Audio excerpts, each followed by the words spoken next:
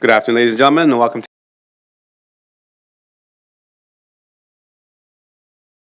as you can see from outside, usually Stony Plain isn't beside a major water body, but sometimes it sounds like it lasts a little while with all the water that's trickling down our streets. So take advantage of it while we can. Members of Council, there is an agenda before you. Administration, anything to add?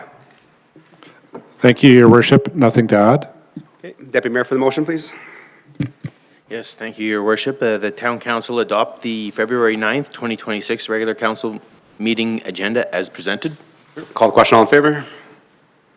That is carried. Okay, moving on with our agenda. Number 3 is the public input session. So this is the time that we allow residents and stakeholders to address council on anything that's not on the current agenda. Administration, has anybody registered to speak? Through your worship, no one has registered. Right, I see some lovely people in the gallery. Does anybody from the gallery like to speak to council on anything that's not on the current agenda? No? No Pokemon statue? No driving? Okay. Seeing none, we'll move on to number 4, which is presentations and delegations. And today we have a presentation from Alberta Parenting for the Future Association. And it's always great to have these ladies in our community and also supporting everything that we do as well.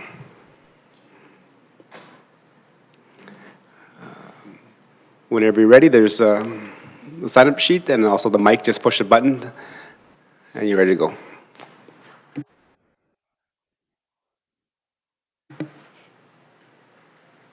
No, backslide. So red is good? Yeah. Okay. Red is ready. Red is ready. Good evening, Mayor Choi, councillors, and town staff. We are really pleased to be here this evening to share another year of our excitement. I love our familiar faces, and Miranda is a familiar face, but not from this circumstance, so welcome. I am here tonight. Our board treasurer, Joyce Garneau, joined us. Our president, Maxine Anderson, was supposed to, but her plumber is still sorting out her problems. They are problems of the city of Spruce Grove, so don't worry. And my colleague, Catherine Way. Now, I know that all of you could probably give our presentations by yourself. You've seen them frequently, and so I've sent you what I would say if I had more than 10 minutes, and I'm only going to add the bits that are super exciting about 25 and the little hints for 2026. So as you are aware, Alberta Parenting has 3 doors, 3 ways of entry into our service. You can come any which way in a window if you'd like, but primarily Alberta Parenting that provides the services, the Parkland and West Family Resource Network, which is the funding model for the provincial government, and our own actual building, the Family Connection Centre, at the end of Main Street, in case you didn't know where we were. So our services focus on 3 areas of outcomes. Everything we do, we actually do follow these outcomes, and those are increasing the social connections and supports, building caregiver capacity, and child and youth development and well-being. And our services are all offered on a continuum, which is more like a Rubik's Cube, universal, targeted, and intensive services, and then from newborn, we have limited prenatal, newborn through to 18, moving into 24, which is, I guess, the next slide. So our first largest point of entry, of course, are the families with newborns and preschool children. And this is where we meet families for the first time and we start to build those relationships with the families. Our next group, and the group that I know from our last year presentation, and I know from the town and our colleagues that we work with in Lisa's group, that the youth is of particular interest to the town and the community. And this is that age group where we start splitting our services. So some is for parents and youth together. Some is for youth as they start to separate from their parents, not like moving out or anything yet, but having their identity outside of that parent-child. And then also parents now parenting youth and teens. That's a special challenge. So this year, one of the exciting things for us is we were nominated by Evergreen School Division for a Partners in Education Award. It was extremely exciting. We made Catherine do the speech, and it was at the Alberta School Board's annual general meetings at the West, and there was a very large number of people, and they had screens around the whole room, so her head was like the size of, it was, it was very disconcerting, she said, watching herself speak, but. So we were really pleased with that because that was recognizing the work we do on the wraparound and intensive services with families with children at risk. Then we had great success. We had, through our partnership with the United Way, we met the Action for Healthy Communities, which is a settlement agency that works with newcomers. So Catherine made big strides with their director. She came out and they did 4 presentations to community partners on working with newcomers, what newcomers are looking for.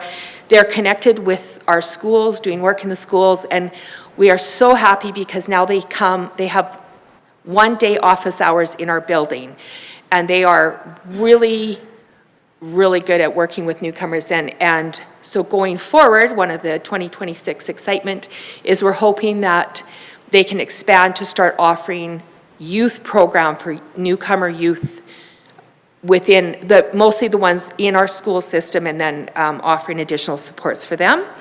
And the other connection we made this year is Community AIM, and this is an organization that works with youth and young adults that have a disability, and the disabilities are, as they enter into young adulthood, they're at social and emotional risk, and we have a Building Connections program where they come to our center and have a program once a month.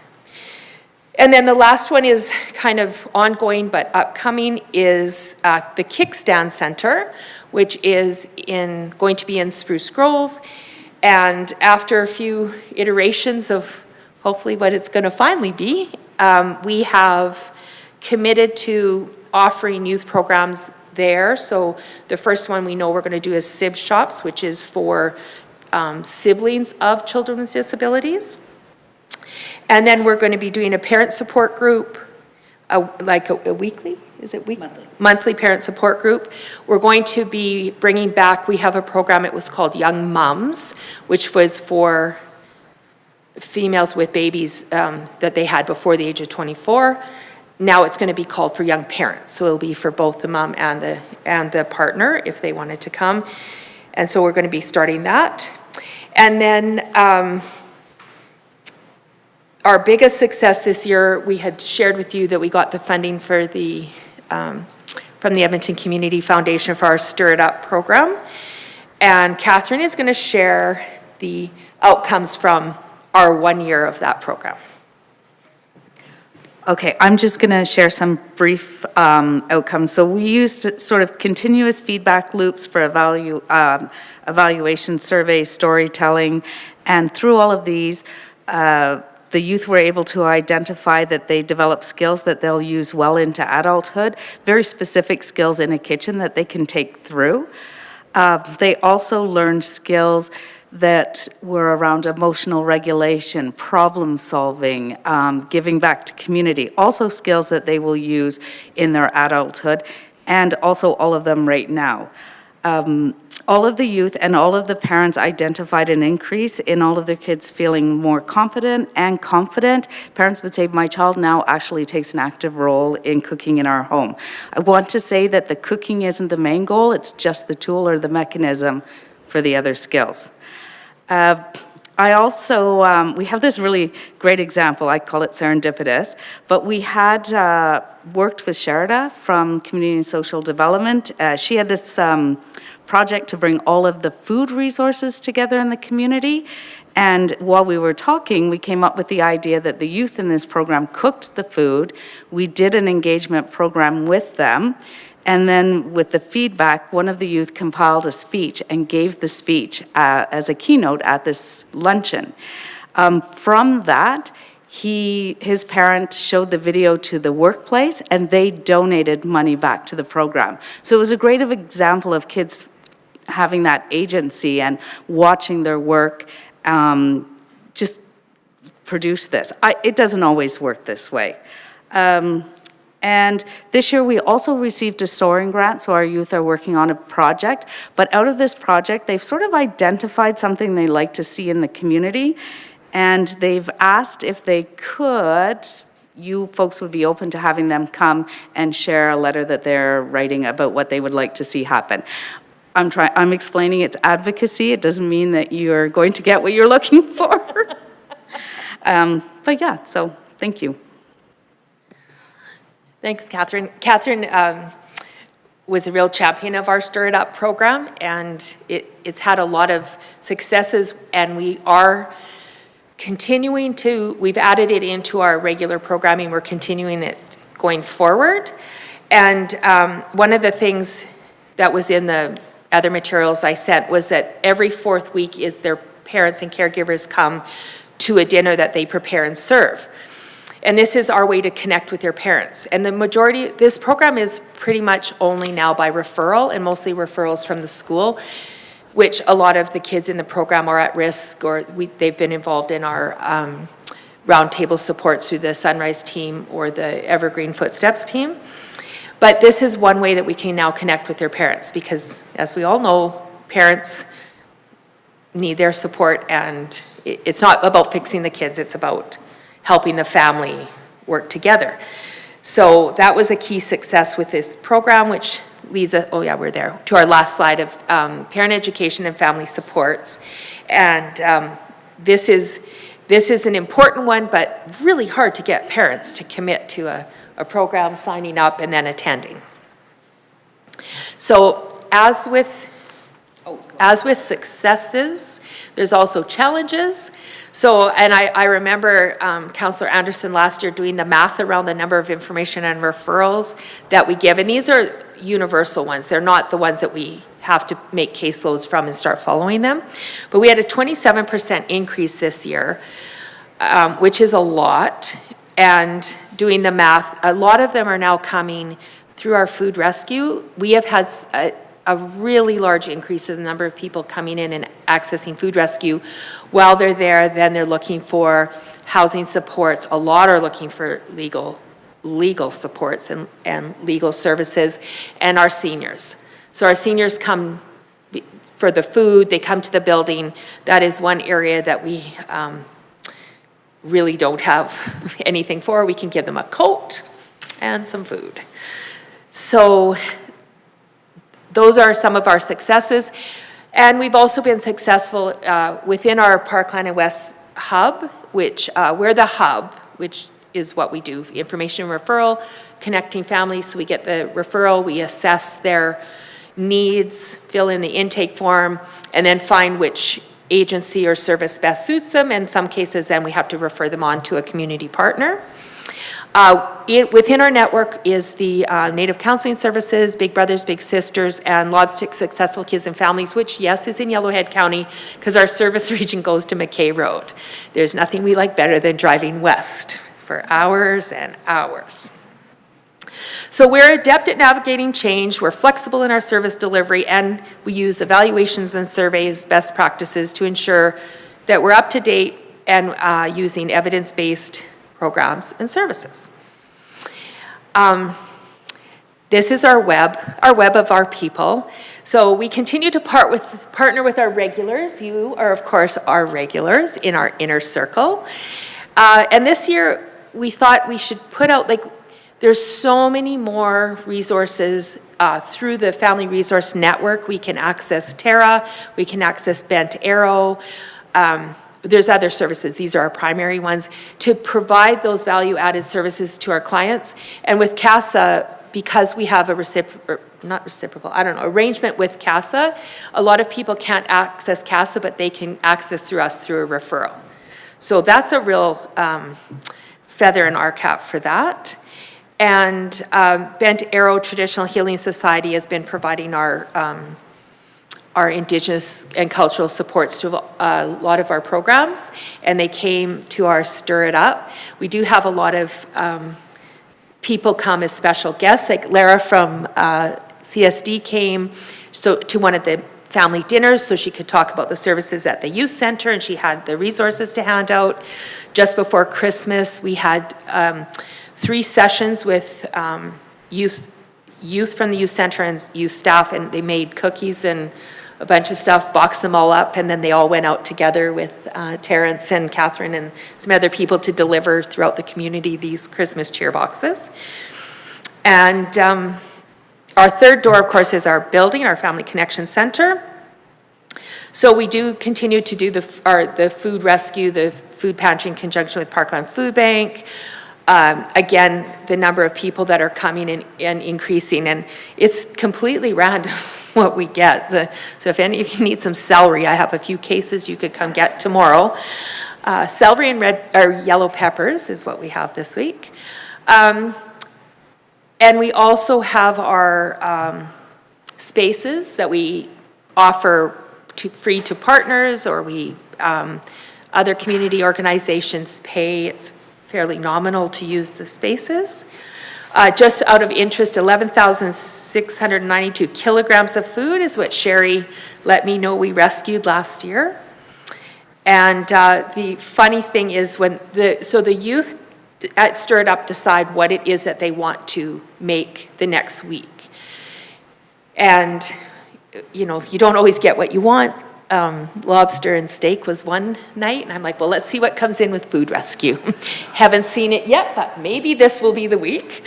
So they may say, we want this, this, this, and we plan for it, but we always wait to see what comes in on those Tuesdays. So it's like, okay, we were gonna do lasagna, but look at all this eggplant. Now we can do eggplant parmesan. Yeah, you will love it. So sometimes we encourage them to save their money in their budgeting and do that. So the last slide, and it's maybe our most exciting thing that happened this year. I did do a handout for you because I could have talked about it all night. I could talk about it all week, and that was being selected for the Engineering Day of Caring project. I still can't, thinking back on the day, it's really hard to just keep imagining that day. And then I knew you would all be super interested is the fire department had to come one day because our alarms went off and we're not supposed to shut them off because there was no fire. But they have to come and talked about it. And so they did this walk around. They said, it's been 10 years since we've done the full meal deal. So I said, come anytime. So they came on the Monday, it was in August.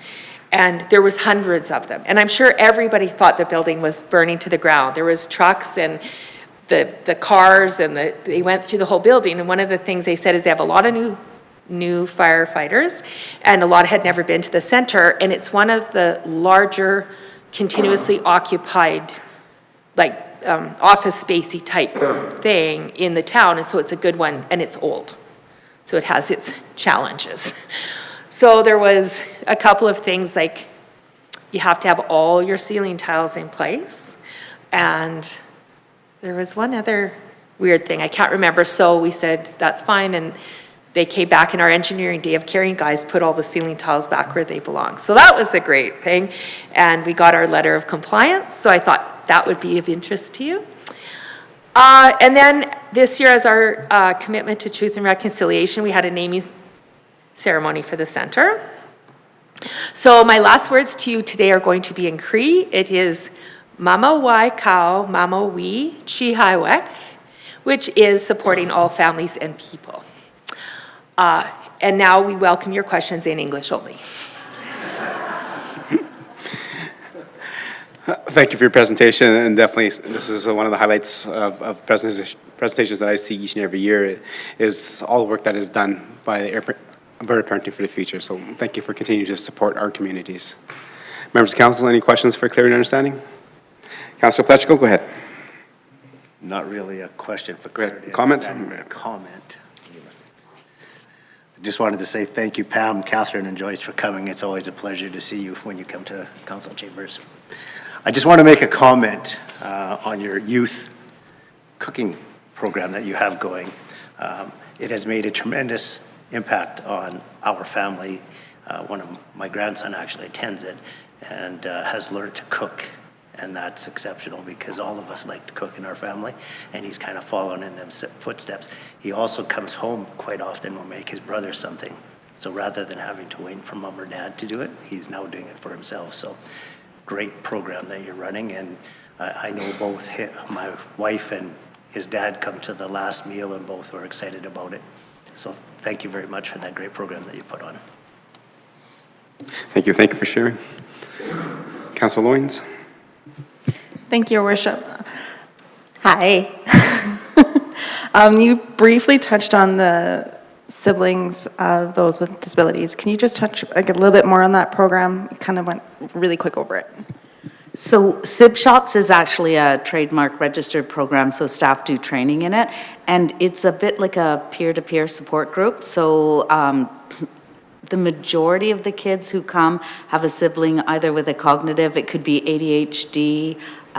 So it's just a chance for them to share what it's like. Sometimes you get a little overlooked in your family depending on what's going on.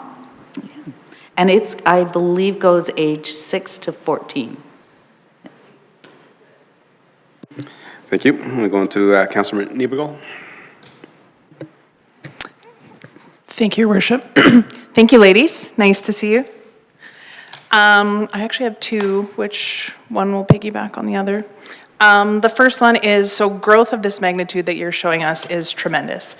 Can you comment, though, on any stretches that you're kind of feeling that may be impacting your ability to meet these needs? It is a really good and timely question. And I was just sharing that with Brenda. So we can't continue at the pace because we are now doing very complicated yoga. But that is not just new to us, it's due to any, funded nonprofit agency, and expenses go up. I forgot to thank the town for its annual relief of our tax this year. That goes a long way, and I appreciate it, we appreciate it, so thank you. Thank you, Tom. So there's a few things. One is some of our programs, we've reduced the number of sessions. So if we normally run a 39 weeks session in the 3 quarters, we've reduced them to 32 weeks. Those are more of our universal programming, frees up staff time. Our home visitation, we do have a wait list. We try to triage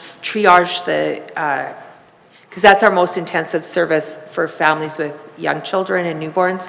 So we do try to help either move them along quicker if they've been in the program 3 or 4 years. And we also try to see what are their needs. Could they be met through a different program or service that we offer? We were lucky with the Edmonton Community Foundation grant because it allowed us to do that program. So going forward, we are reducing, we're not going to be doing it, we did it 50 weeks last year, only not just during Christmas. So that was a lot. So we are going to not offer it definitely for the summer. We're just doing it in 12-week blocks. So that one, and what we know right now, we're in the middle of our renewal of our grant for the Family Resource Network. It is not a hopeful grant. There is no new money for the region, for any region in Alberta. And there's a lot of changes in the increasing the service age from 18 to 24 is one of the mandatory changes. So now, instead of funding up to 60% of your funding could go to children, early years, up to age 6. Now, the maximum is 20%, and that's up to age 11. So there's a big decrease in funding for those early years. We are funded federally for the early years, so that's not going to be as big of a challenge. And then the majority of the funding has to go to intensive, over 50% has to go to intensive services of all age groups. So that's one of the the new challenges. So we'll see what happens that'll begin July 1st. So we'll see so that'll be one of the things. And with intensive services, of course, you serve fewer people with more time. If that helps. It does help. And then I'm going to take this the other way and ask you, is there one or two things that you wish, oh my gosh, I wish the community knew we did blank?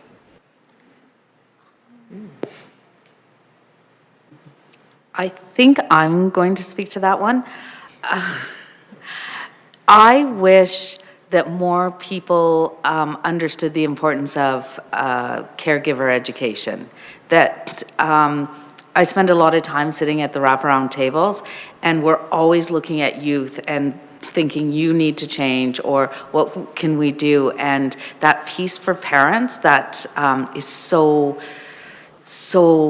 important. And I know this is a conversation that happens a lot in the region amongst the community partners, is how do we kind of get parents to engage in that caregiver education piece?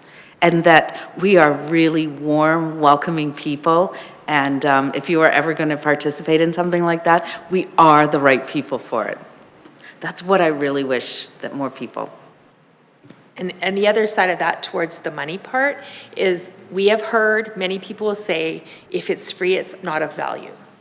Whereas our facilitators are trained very well. They have a lot of professional development ongoing. We use best practices. And so we hear that, but it's not true. And sometimes people will pay for a program that our staff are facilitating. So if they belong to a group, like a mommy's group or whatever, we'll go in and do the program for them. So they're paying for a program that they could get for free. So yeah. Amazing. Thank you so much. You definitely can't give from an empty cup, right? So appreciate you and your time tonight. Thank you. Any more questions, comments, and clarity? Councilor Anderson, go ahead. Welcome back. This echo Mayor Choi, one of the presentations that gets me every year.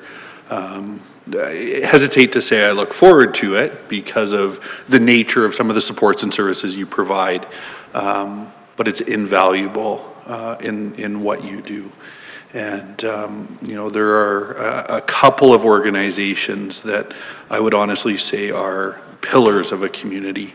And with all my heart, I would say that about the work that APFA does. You are that pillar that bridges the gap between residents and organizations and support services and, funding and all of these pieces.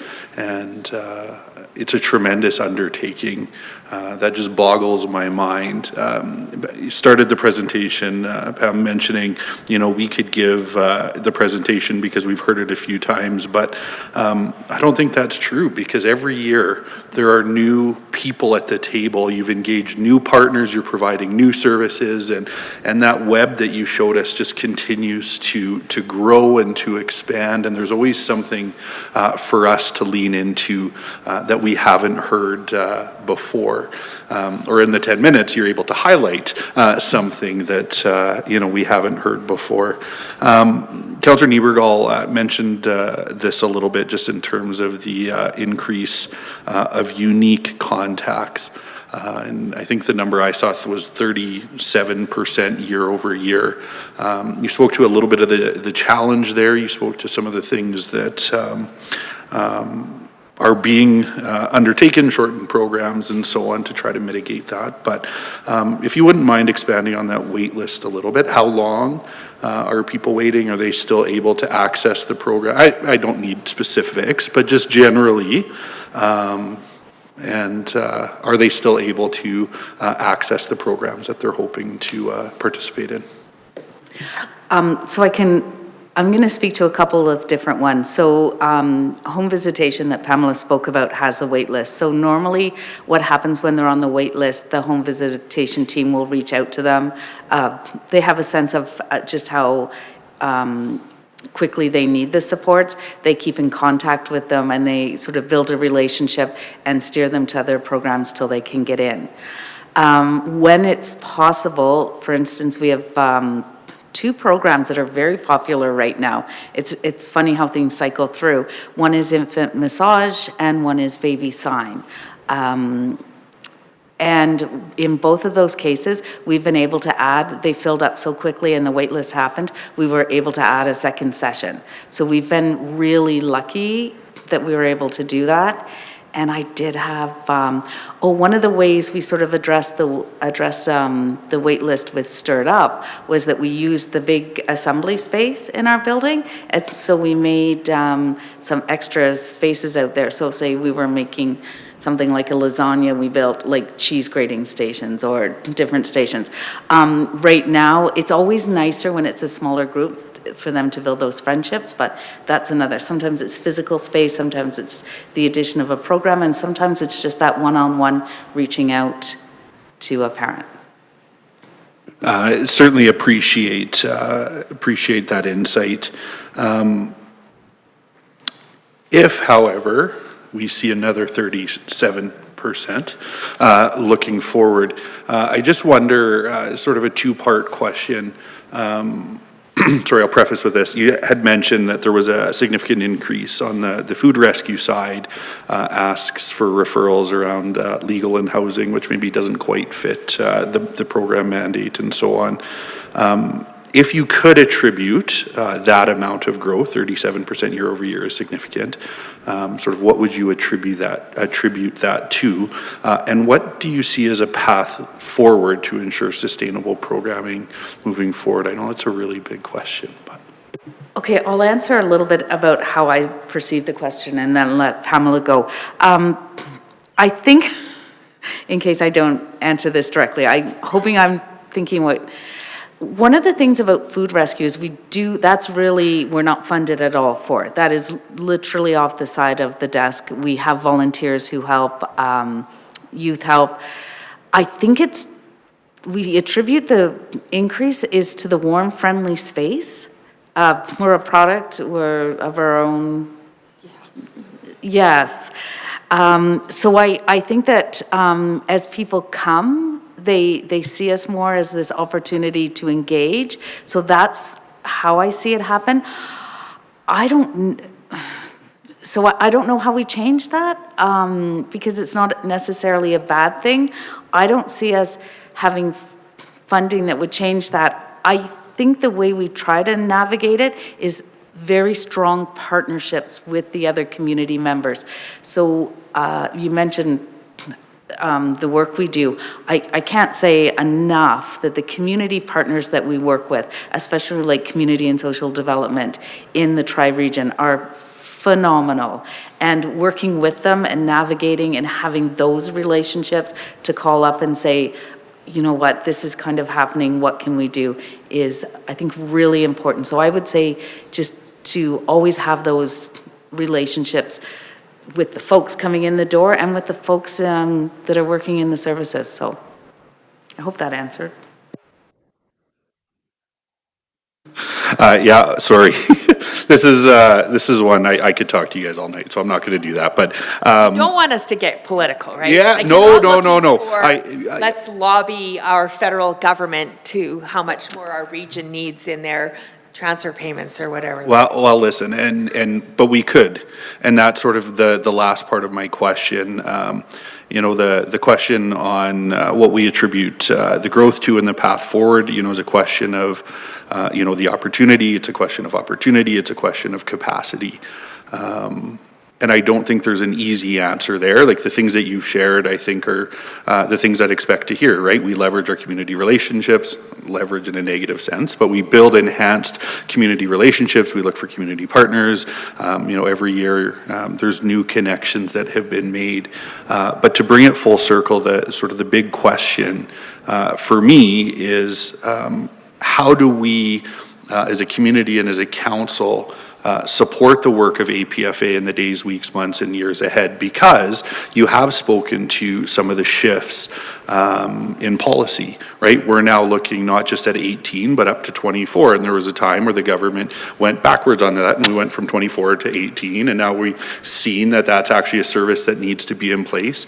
You talked about some of the early years funding, and I'm thrilled to hear that coming federally, that there's some reasonable expectation that that will continue, but we've seen reduction in funding to school divisions for early years and pre-K intervention and all of these pieces. And so I do want to ask that question to say, you know, what would you suggest in terms of one or two things that we as a council and a community can do to advocate for the work that you're doing? And I would suggest, yes, that can be a funding advocacy back to our provincial or federal governments, that can be helping match you with other community partners, that can be anything that you can offer us as a way that we can help move forward the work that you do each and every day. There is one thing. No. So in our upcoming application for a grant renewal for the Family Resource Network, we have an opportunity to include letters of support from our community partners about the services that we provide in the region. And that would be one area that would be much appreciated, and it doesn't cost you a dime. Well, I can't speak for the town, but I am going to look to the mayor when it gets to be his turn. He'll speak to that, certainly. I don't foresee that that would be an issue, but people above my pay grade are the ones that get to write those. But as a community member, if that's something that we can support, you know, certainly let's have that conversation. I'll just end with this. You know, we as a council, as a town, I know our staff speak volumes about the work that you do, as do the residents. And that conversation of what do we attribute growth to, I think it's a couple of things. I think you're visible in the community. I think there's an awareness that comes out of that. You're effective in the services that you provide, and residents have seen results. And by word of mouth, that carries, and others who find themselves in a similar situation are reaching out because they know there's somebody at the door or the other end of the phone that's going to answer, and there's going to be support that's offered. And so tremendous amount of gratitude. I know words are not sufficient, but we're very grateful for all that you do and all that your staff do and all that, you know, your advocacy and your partners, the role that they play. So And you're right, the partnerships are, with this, both school divisions, we could probably do 1,000 more things with the school divisions, and we do the early years conference with them. We get kids school ready. They meet in our building. The early years team comes, I feel like 3 times every Friday. I don't know. They're there quite frequently, you know, that sort of thing. And partners, even like Westview, they have the Wishing You Wellness program, so people can access the Tri-Leisure Center, and we are one of the organizations. People can, if they come in, we will process their application right while they're standing there. So there's services like that, and also in our center, the Lac St. Anne Métis Association, they have a lot of programs and services for their community. And when people come in, then they say, oh, what's the rest of this? What are we doing? And then the same with Native Counseling Services. So the more, and right now we're full. I just need to say that. We just don't have more capacity for more tenants, because every time you get more tenants, and that's more people, and then that's more cleaning, and that's more garbage. And unless you want to give us a really big dumpster that you will pick up weekly, garbage is what might put us over the edge. But those kinds of things are how we get more people and more awareness is the more people using the spaces. And I just wanted to say, because sometimes I need to go home and think about things. If I come up with an idea, can I come back? Oh. I'll wake up in the middle of the night thinking, oh, shoot, why didn't... Well, our Yes, for emails, sure. I'm sure you already have them, but they're all public. And And also, the support that the town gave for our Engineering Day of Caring, and I know I know Tom laughs at me, and that's fine. But I first approached Tom and Brenda, and I said, we want to make sure that on that day, we are a community benefit. We don't want angry neighbors. And we knew there was going to be a lot of traffic and a lot of people. And so in preparation to make people angry, what can we do to stop them from being angry? So right from the onset, these two helped me quite a bit, and Brenda made the suggestion, contact Parkland School Division about the bus turnaround for the non-existent Stony Central. They were fantastic. They're like, you can use it at no charge. I'm like, okay, that's weird. But that really helped with managing the vehicle traffic. We got town barricades, which I am telling you, they need to be revised because they fall apart every time you try to move them, and they're quite heavy. And so pretty much at the end of every night, Angie and I relocated the 10 barricades. We counted them to make sure they weren't stolen, put them where the next delivery was going to come, but those weird things all over, they need something. Your Worship, I just want to interject. I appreciate that Pam came to Brenda and I when she needed help to deal with people to not make them angry. Actually, quite proud that we were the go-to for that.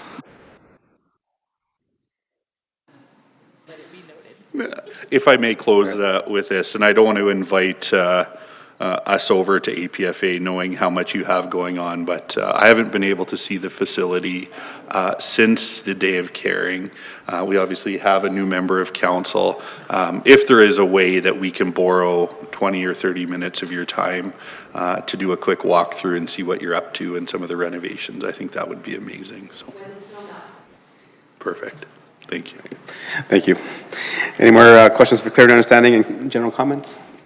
Go ahead, Deputy Mayor.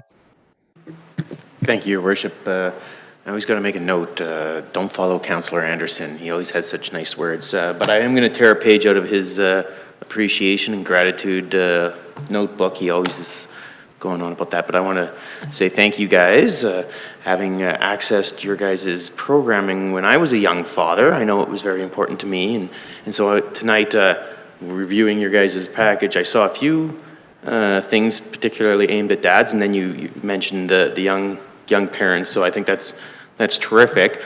And then I'm going to ask it anyhow, although I think I know the answer already. Because I do remember when I was there, I was kind of the lone male face in the halls there. So I'm curious. It's wonderful. I love to see that the extra outreach to. Are we getting participation? Do we have enrollment? I heard you guys say we're kind of maxed out. Are we maxed out on those ones? Sorry? On some of those, the super dads, super kids, parents, well, TikTok. see, TikTok that's an for that. interesting one. Super dads, super kids might have to be one we have to drop going forward. The super dads, super kids, we might have to drop that one going forward. When today, Catherine and I were doing the budget of sadness and trying to figure out which programs best fit the upcoming grant application. But of interesting note, so we do a parent-taught drop-in with an education piece every Friday in Entwistle. And that is funded in part by Parkland County FCSS. And we have dads now. That took, as I was saying with Lisa, sometimes it takes 3 years to build that traction. And we used to have, 3 moms and their kids come, 4 moms and we are now, the room almost doesn't hold the group anymore. And there's dads. And once the dads start coming, and when they're on the shutdown at the plant or their shift is works like that, they're bringing their kids to this program. So that's one good place. And the other one is at Cantero Center in Spruce Grove, where we are getting some dads that come with the kids there. And we did have a dad's TikTok time that we did Saturday mornings. Really well attended. At the moment that facilitator decided to take a sabbatical, and we're like, okay, great. We cannot convince Aaron to sing. So at the moment, we're a little light on the male facilitators, but we're going to look at bringing that one back. Interesting to note, dads used to be one of the number one, what do they call them? Target audience. Target audience. They have been dropped by both federal and provincial as a separate target audience. But we are trying to have programs that reflect the communities we live in, so we still have a fair amount of dads who work away. We are also of an age, and turns out parents of small children are of an age. And it's interesting to watch, we're really seeing a cultural shift in how younger parents parent children, which has really challenged how we deliver programs. And for the federal government, we had recently, or within the last year, had to do a needs assessment around parents and young families.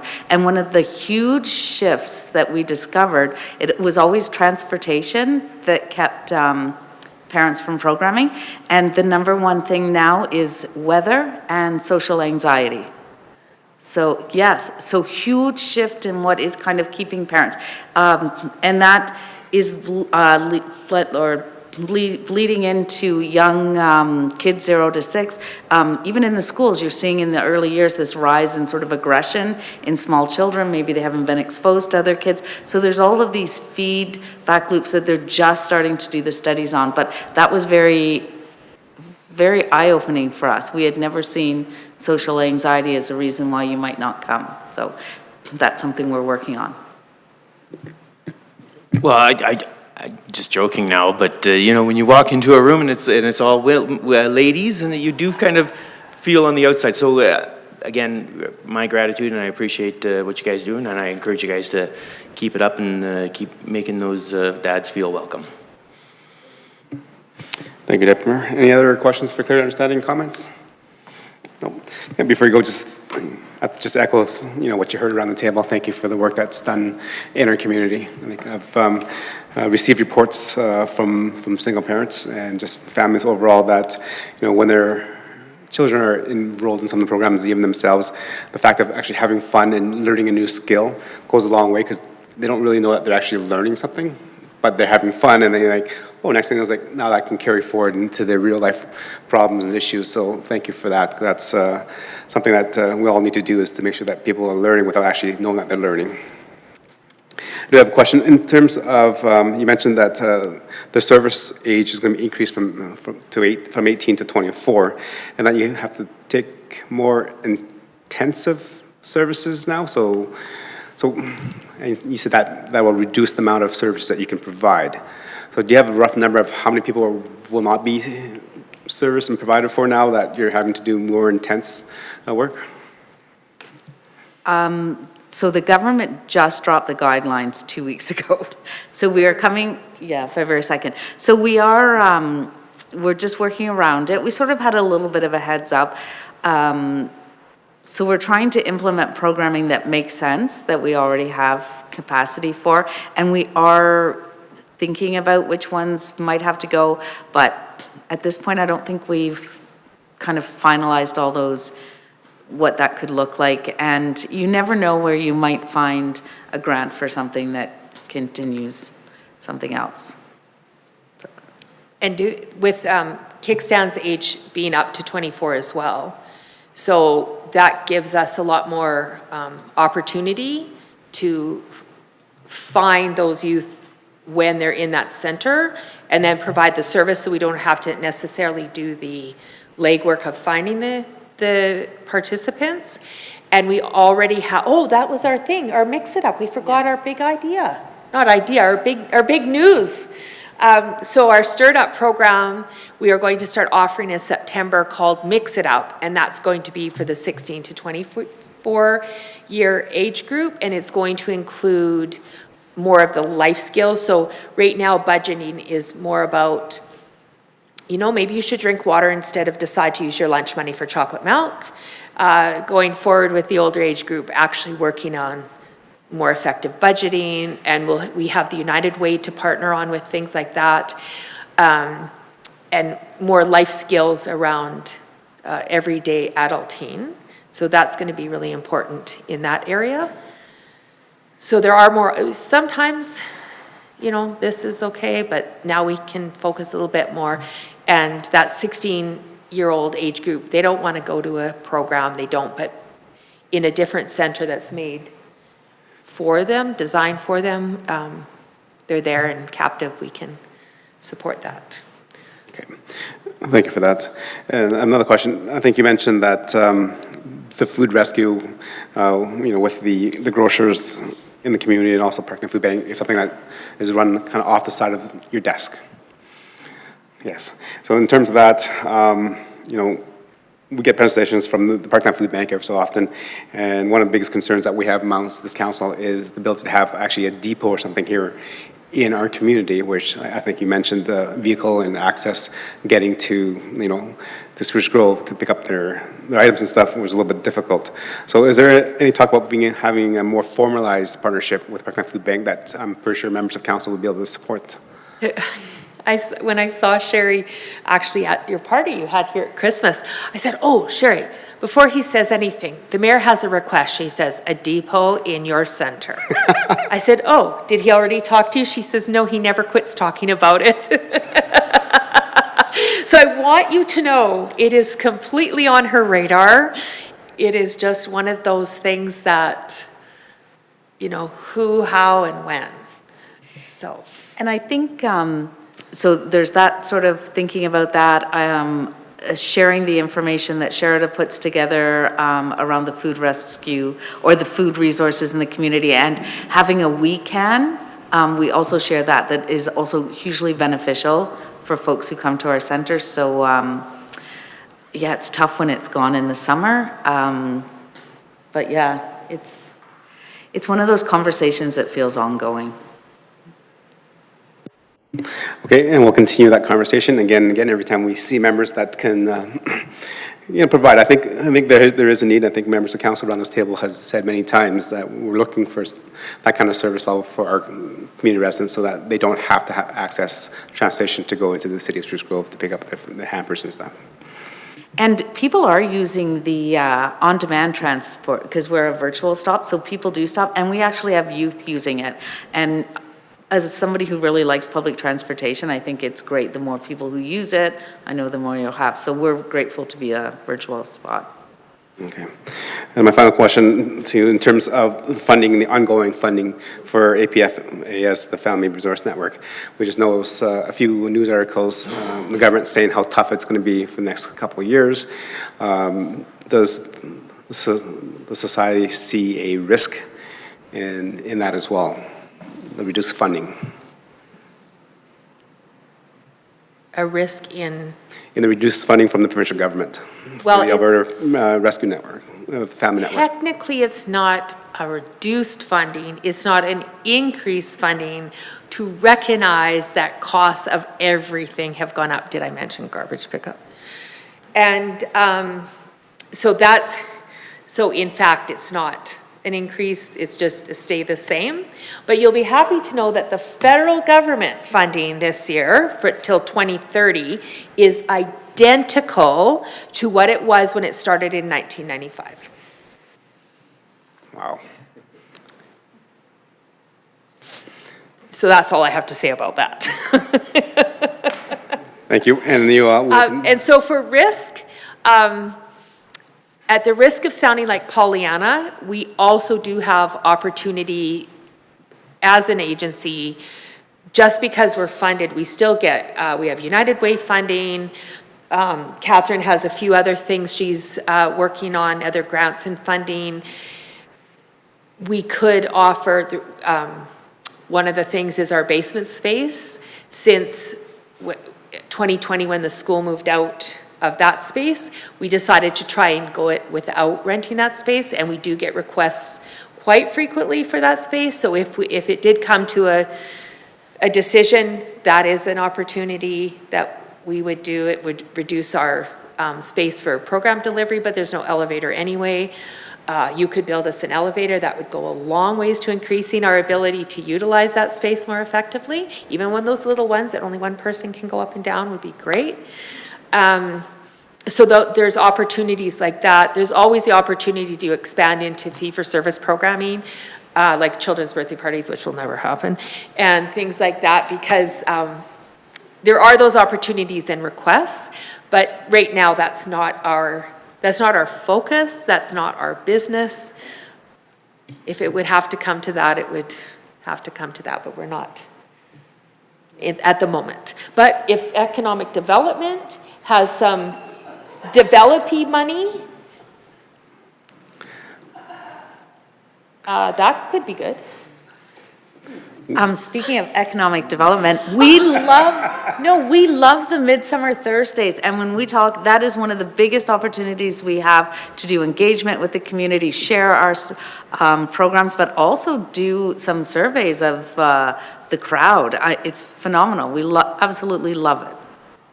On a personal level, I also really, really like it. Yes.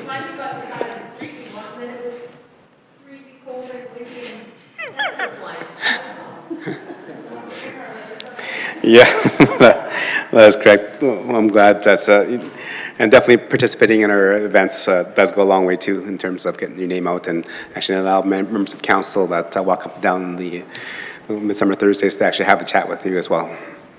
I think you mentioned you doing a grant application, as in previous years.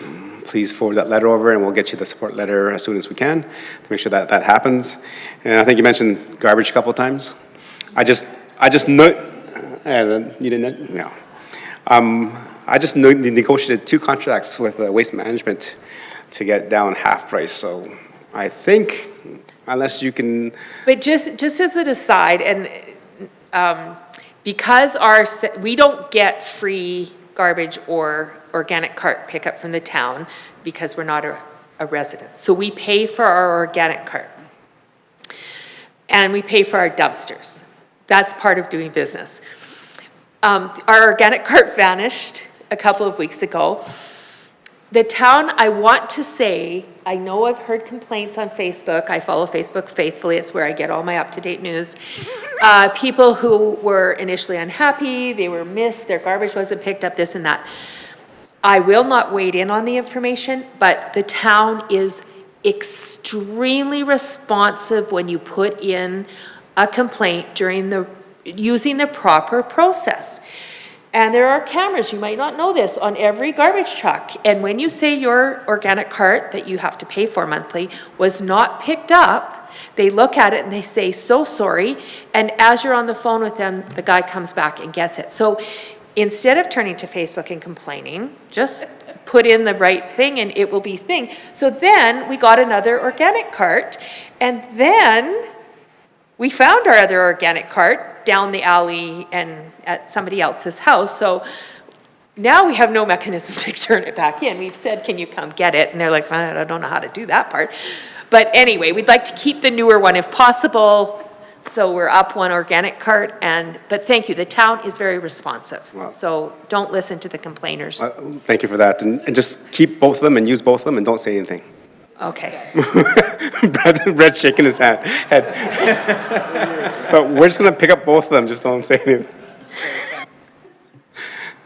All right, I don't see any more hands up, but thank you for that informative presentation, and I'll definitely, you have the support of our council. Thank you.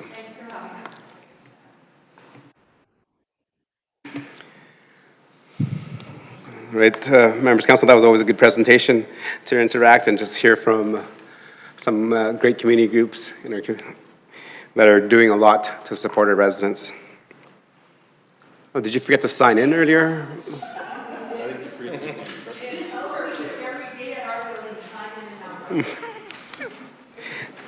They're just excited. All right. With that great presentation and some good questions and answers and some comments, we'll move on to number 5 of our agenda, which is statutory public hearings. We have nothing scheduled tonight.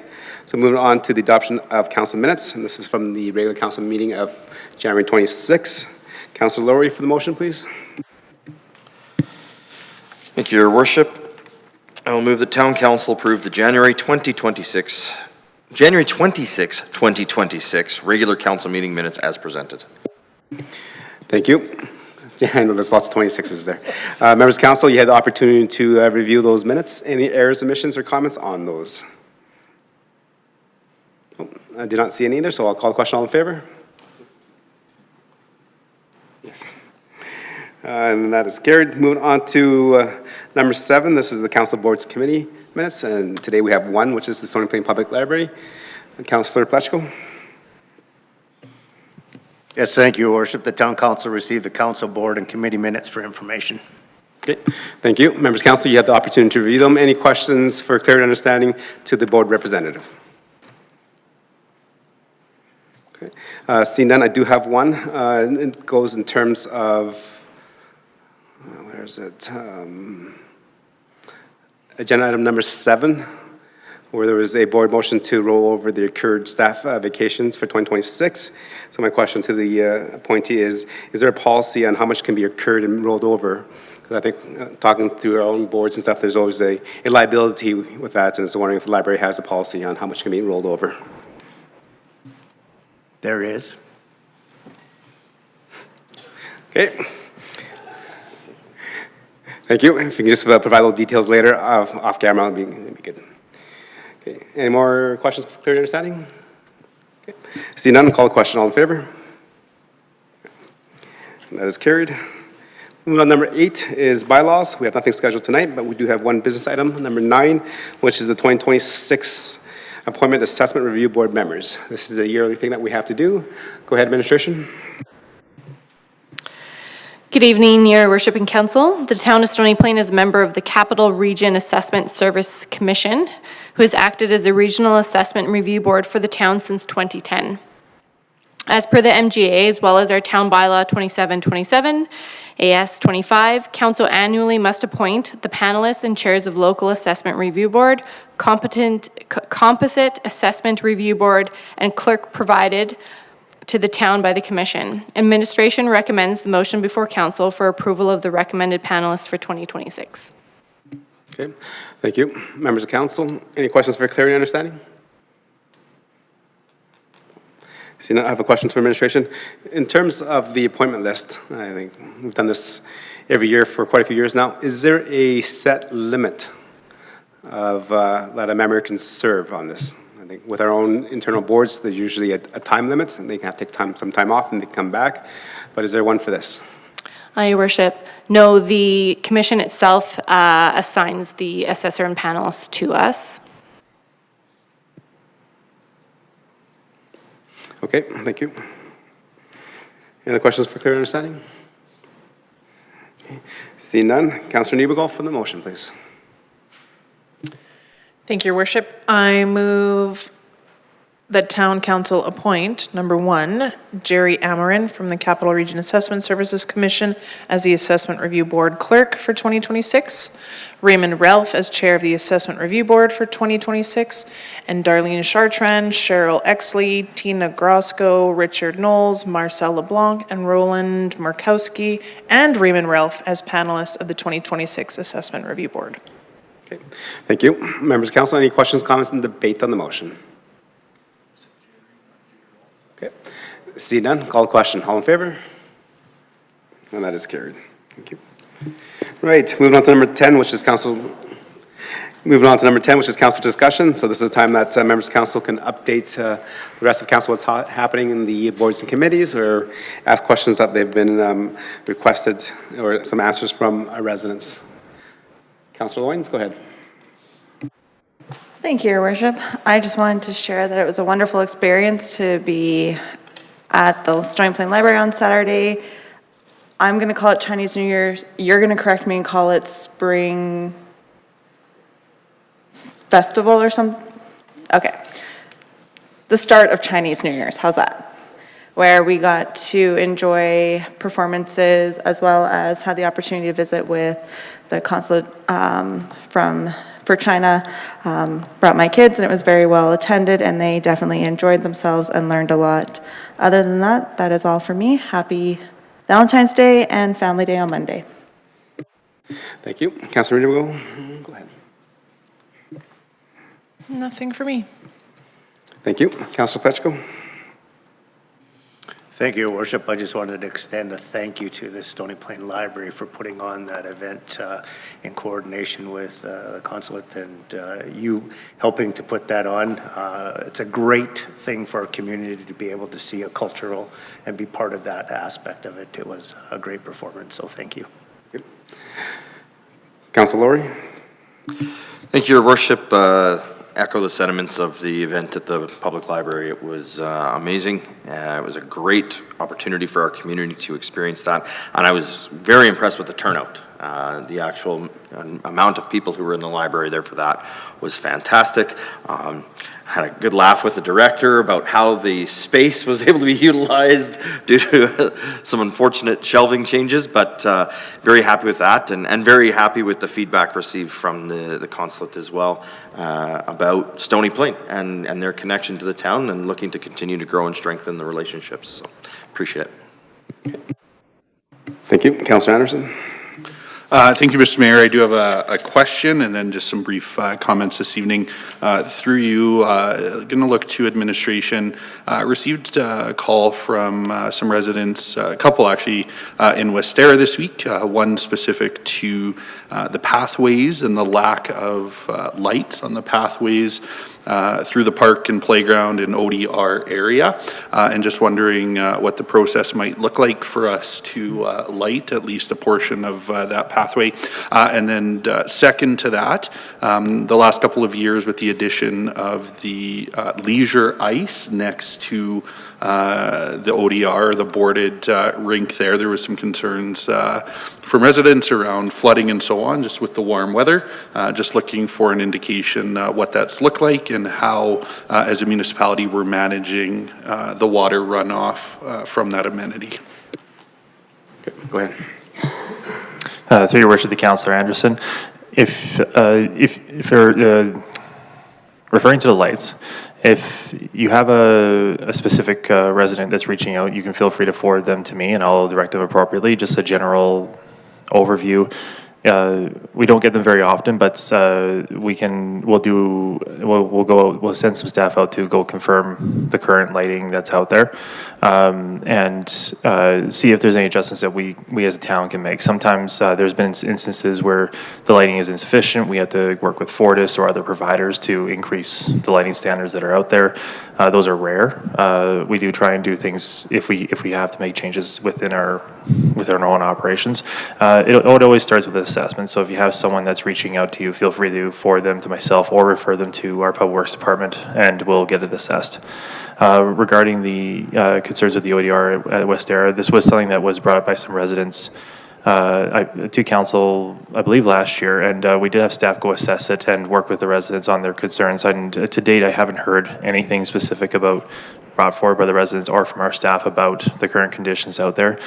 We did recently start to close the ODRs just due to the seasonal temperatures that we're seeing. We are working to see if there's going to be some opportunity to save a couple of them, but right now I believe many of them are closed right now. Thank you. I do appreciate that. I think the one resident had indicated there was an assurance that when it came to the spring thaw, that measures including, potentially pumping out that leisure ice could happen. Just maybe a couple of comments on measures that may be undertaken later in the spring as that runoff continues. Go ahead. Thank you, Your Worship, to Councillor Anderson and all the council. That's something I'll have to refer down to our operations to see what exactly is planned for that particular area. I do know there's a number of options that we can employ. You mentioned pumping. If the conditions got really warm, that's something we could employ. There's ways for us to be proactive with the ice and snow that's around there as well. So I wouldn't want to necessarily say what could be planned out there. It's something I could reach out and confirm with our operations team. Perfect. Thank you, Mr. Mayor, and thank you to administration. And most of my comments have been shared with APFA, but I will sort of put it on record that if there is an opportunity for us to support, I think Mayor Choi spoke to the letter. If there's something that as a municipality we could consider around some of the waste management challenges and the costs there, certainly would have my support. But I know that administration has heard that this evening as well, and that they'll consider what, if any, options are available to support them in that area. And I think that's it. Thank you. Thank you, Councillor Anderson. Go to the Deputy Mayor. Go ahead. Thank you. Nothing from me this evening. Okay. All right, thank you. Just a couple highlights, I guess. On February 13th, the Red Brick Common is hosting their Pioneer Valentine's Tea, which we go to celebrate married couples in our community that have been married, I think, about 40 years or longer. So it's nice to see that come back. It was halted for a few years, and then now it's going back, so it's always good to reconnect with a lot of the seniors in the community and the people that have built the foundations of our communities, of where they've been, and then ask them some sage advice of how to stay married for so long, because in today's climate, a lot of marriages don't last that long, so it's always good to see some of the success stories and get a little bit of knowledge and understanding how to get that better. And I think also this weekend is the Ringette Sweetheart Tournament here within our community. It's one of the largest Ringette tournaments in Western Canada, so if you have any free time, please stop by either the Glen Hall or the TLC and watch a game and cheer on our athletes. Definitely it is one of the largest tournaments that we have in our community.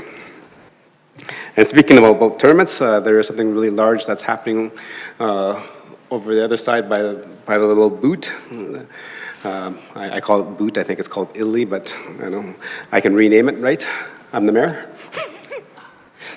Just kidding. So we do have a lot of Canadian athletes and a lot from our Edmonton region that are competing over in Italy in terms of the Winter Olympics, and it's good to see that Canada has been represented so strongly so far, and we've got a few medals. And if you don't, if you have some free time, nothing else to do, turn on the TV late in the evening and go cheer on Canada. So Team Canada, let's go. Okay, that is everything for me. And number 11 is that closed meeting. We have nothing scheduled tonight, so moving on to adjournment. So we are adjourned. Thank you much, administration. Thank you, members of council. We're adjourned.